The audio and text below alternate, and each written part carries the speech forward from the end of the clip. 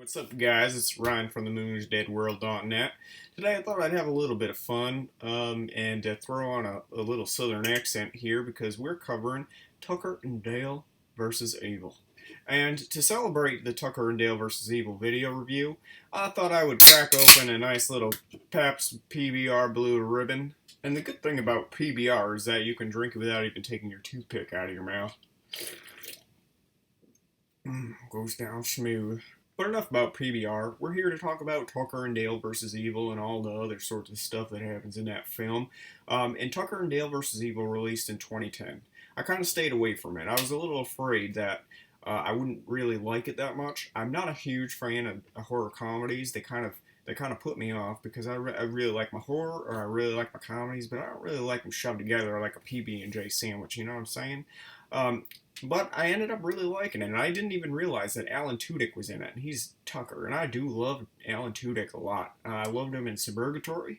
I loved him in pretty much everything else that I've ever seen him in. He was in Justified for a little bit, bringing back the Southern accent yet again. In that one, he was kind of a smarmy businessman, probably one of the most serious roles that I've seen him play in a little while. But I really liked him in that. He pulled off his menacing face pretty well. So I like Alan Tudyk, and I was really surprised to see him in this, but I thought he did a really great job as Tucker. He's a really funny guy, and most of his reactions to everything that happened in the film were spot on. But that's not to say that Tyler Labine is any different either. He does a great job as Dale, bringing up the little shy and shy and not so fortunate redneck who is kind of judged by his looks.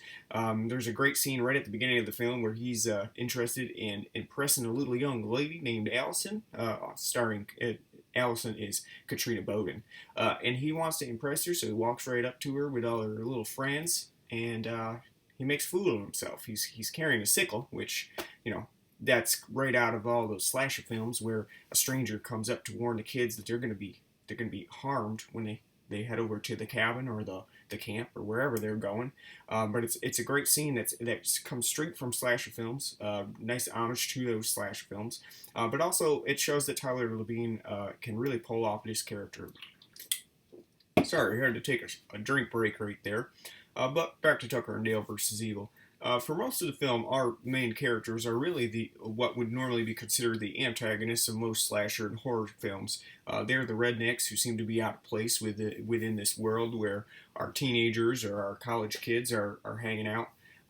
But Tucker and Dale vs. Evil, thanks to Eli Craig, is really mostly about breaking those stereotypes from slasher and horror films. Like I said, flipping them on our head. We're not really rooting for those teenagers and the college kids that populate this film. We're rooting for the two rednecks who are good-natured people for the most part, bombarded by these annoying people that are coming to stay at their cabin when both Tucker and Dale have worked really hard to find their summer house, which is really a rundown cabin in the middle of the woods. But they're kind of surprised to see that all these college kids are coming out into the woods and kind of bothering them. And one of the funniest things is that it's all based on misunderstandings. So Tucker and Dale are really smart people who are often misunderstood for being these stupid redneck guys who don't really know what they're talking about. And actually, besides a few funny scenes where they really don't know what they're talking about, they're both really smart guys who know what they're doing, and they know how to live outside in the wilderness. They certainly enjoy their beer. Shout out to you guys, because I do as well. And they also really enjoy just being outdoors, and so they're really nice and good-natured people who are just misunderstood most of the time. And so we have these college kids who normally in a slasher film we'd be rooting for. We would hopefully not want them to die by the hands of a masked killer. But unfortunately, these college kids are a little bit different. They're not the same people that we would normally be hoping that survive. They're actually really pretty much assholes and douchebags. Mostly thanks to one of the kids named Chad, played by Jesse Moss, who's really the asshole who seems to pack weapons just because he's ready for anything. And he actually most of the time looking for a fight. You got two things here that really make Tucker and Dale versus Evil worth the watch. And we already talked about one of them a little bit. I mean, you got Tyler Labine and Alan Tudyk, who are really selling their roles, really getting into the characters quite a bit. I mean, there's one scene where Alan Tudyk is sporting a chainsaw, and he's cutting wood with his chainsaw, and all of a sudden he sees a kid running out of nowhere. And not only that, but he's attacked by a bunch of bees as he saws into their hive. So he's running around and he's swinging his chainsaw around like Leatherface in Texas Chainsaw Massacre. And the kid sees him swinging his chainsaw around. And instead of running towards him, he actually runs away from him. And the whole scene plays out like it's right out of Texas Chainsaw Massacre. And so you got Eli Craig really working those ideas of differences and the stereotypes that are associated with certain people. And then you've also got the horror film that really factors into Tucker and Dale versus Evil. So this is a film that's really going to cater to two sides of the spectrum. You got your horror fans who are really going to recognize everything that's happening within this film, and also they're going to appreciate all the violence and gore that's thrown in at the same time, because Tucker and Dale versus Evil does not skip on that gore. There's quite a few scenes where we get black comedy happening. One of them in particular, a wood chipper scene where Tucker's it's either Tucker or Dale, I can't remember, is throwing some wood into the wood chipper, and all of a sudden a kid flies out of nowhere and runs into the wood chipper, trying to push him in, but instead accidentally flying in himself. So that's a pretty violent scene that actually causes quite a bit of chaos in there as Tucker and Dale try to figure out what to do with the kid now that he's stuck in the wood chipper. It's a great scene because it has that black comedy aspect, but it also throws in a lot of the violence that most people are going to be looking for when they are watching a horror film. A lot of times, horror comedy does not really work. I mean, it's hard to meld those two things into each other, but Alan Tudyk and Tyler Labine do a great job doing that. I really like the chaos of the whole situation.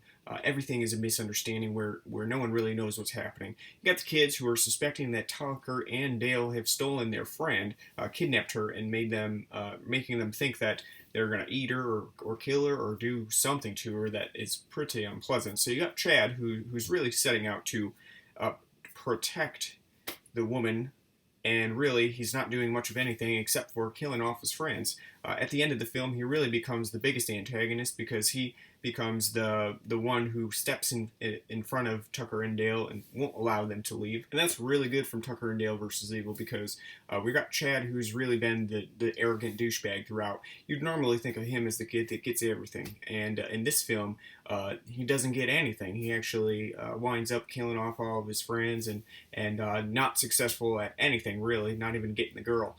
Whereas the rednecks in here, Tucker and Dale, succeed in whatever they're trying to do. They're not harmed for the most part, except for Tucker sometimes, and some pretty funny methods. But they're not, nothing happens to them except for whatever happens to the kids and the emotional trauma of having that happen to them. But actually, Dale, towards the end, gets the girl. I'm just gonna leave this up here for a little bit, and that's pretty fun. Even though it's kind of a from the start, it seems like that's pretty clear that that's going to happen, that he's going to get the girl. It's still nice to see that a tale of two people who generally wouldn't be considered normal or, even average looking guys do end up winning this battle towards the end of the film. And the subversion of including that within this film is really great, especially when the film works off of all of the horror films genre stereotypes. It's great to see that most of them are obliterated within this film. So, like I said, most of the time I don't like horror comedies, but Tucker and Dale versus Evil is both horrific and comedic, and so it hits both of them quite well. And most people who are looking to see either a horror film or a comedy cannot do wrong with Tucker and Dale versus Evil. It does both, and you can really take it on. If you're feeling like one or the other, it doesn't matter. Pop on Tucker and Dale versus Evil for some good times. I mean, maybe I'm biased. I do have relatives that remind me quite a bit of Tucker and Dale. But at the same time, I think everybody can really relate to Tucker and Dale versus Evil, where someone has been prejudged in an inconvenient way, where it really affected their life to the point where they've kind of been stuck into that role because of the way that someone has stereotypically labeled them. And I think that's really the case with Tucker and Dale versus Evil. Not only that, but it does, even working off of stereotypes from the horror film genre, it kind of cements that theme in both ways. Don't judge people and also don't judge film. There certainly can be ways to subvert a stereotype within a film, as Tucker and Dale versus Evil shows. And so, it's making a statement not just about people in general and judging people, but also movies. And I like that double-ended theme right there. So I think that's it from a Tucker and Dale versus Evil review. I really enjoyed it, even though I don't normally like horror comedies. So if they're not really for you, you still might want to check this film out. Don't let it go too long, because I waited 6 years to see it. I remember when it released in 2010, but I kind of skipped over it, didn't really care about it. Now I'm kind of unhappy that I did. A lot of people told me that it was pretty funny, and I checked it out, and I did get quite a few chuckles out of it. Quite a few laughs and chuckles. I watched it with a couple of friends. Thanks to Ross and Christina for turning us on to that, because she was home for her baby shower. Their baby shower. They're having a baby, so congratulations, Ross and Christina, brother and sister-in-law. But thank you for turning us on to Tucker and Dale vs. Evil, because it was very, very funny, and I would definitely recommend it to those who are interested in checking it out. Definitely got a nice way of subverting the stereotypes of the horror slasher film, and anybody who's a fan of that kind of thing, where a film sets out to just play with and mess with the conventions of the horror film, like The Cabin in the Woods and some of those other films that do a similar thing.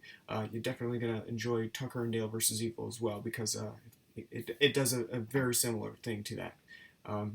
So I definitely recommend it, and it's on Netflix right now, on Netflix Instant. So if you do have that, you can easily check it out.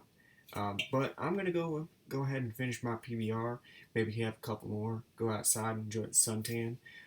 So thanks for watching this film. Please subscribe to the Moon is Dead World's YouTube page and check us out at moonisdeadworld.net. I'm not going to review this as a written review, because I just don't have time for that. But I am going to leave it up as a video review with this foolish, fake Southern accent. So thanks for watching. I will be back next time. I really do hope to review Outcasts Episode 2 and now Episode 3, since I did miss out on the last one. And I hope to review Jeepers Creepers 2 from Scream Factory very soon. Thanks for watching.